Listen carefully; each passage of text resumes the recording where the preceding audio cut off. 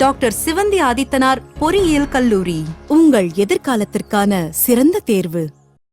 இடஒதுக்கீடு போராட்டத்தில் பலியானவர்கள் வாரிசுகளுக்கு அரசு பணி வேண்டும் என்று தமிழக அரசிற்கு பாமக தலைவர் அன்புமணி ராமதாஸ் கோரிக்கை வைத்திருக்கிறார்.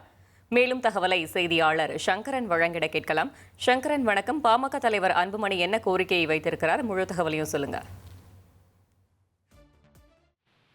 மக்கள் கட்சி தலைவர் திரு அன்புமணி ராமதாஸ் ஒரு அறிக்கையை வெளியிட்டிருக்காரு. அதுல என்ன சொல்லியிருக்கிறாருன்னா, கரூர் கூட்ட நெரிசல்ல சிக்கி உயிரிழந்த குடும்பங்களைச் சேர்ந்த ஒரு 31 பேருக்கு தமிழக முதலமைச்சர் அரசு பணிகளை வழங்கி இருக்காரு.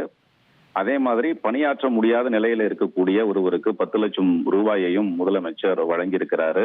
கருணை அடிப்படையிலான இந்த உதவி வரவேற்கத்தக்கது அப்படின்னும், அதே நேரத்துல இந்த உதவி ஒரு சாராருக்கு மட்டும் இல்லாம பல்வேறு காலகட்டங்கள்ல பாதிக்கப்பட்ட அனைவருக்குமே வழங்கப்பட வேண்டும் அப்படின்னு அந்த அறிக்கையில சுட்டிக்காட்டியிருக்கிறாரு.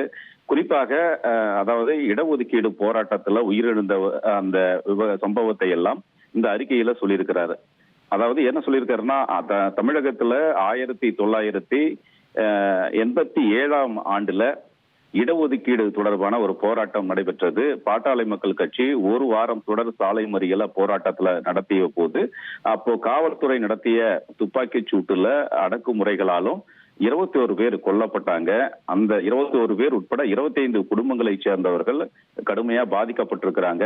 அந்த பாதிக்கப்பட்ட குடும்பங்களை சேர்ந்தவர்களுக்கும் அரசு வேலை வழங்க வேண்டும்.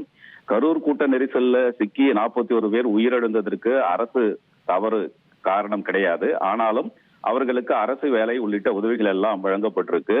அதை பாட்டாளி மக்கள் கட்சி விமர்சிக்கிறதுக்கு விரும்பல. அதே நேரத்துல இடஒதுக்கீடு போராட்டத்தின் போது சுட்டுக் கொல்லப்பட்டவர்கள் குடும்பங்களுக்கு அந்த குடும்பங்களை சேர்ந்தவர்களுக்கு அரசு வேலையும் பிற உதவிகளும் பெறுவதற்கு அனைத்து உரிமைகளும் இருக்கிறது.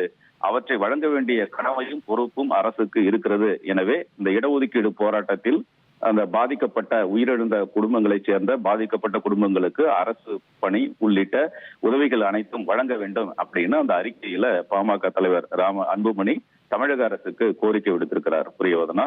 டாக்டர் சிவந்தி ஆதித்தனார் பொறியியல் கல்லூரி உங்கள் எதிர்காலத்திற்கான சிறந்த தேர்வு.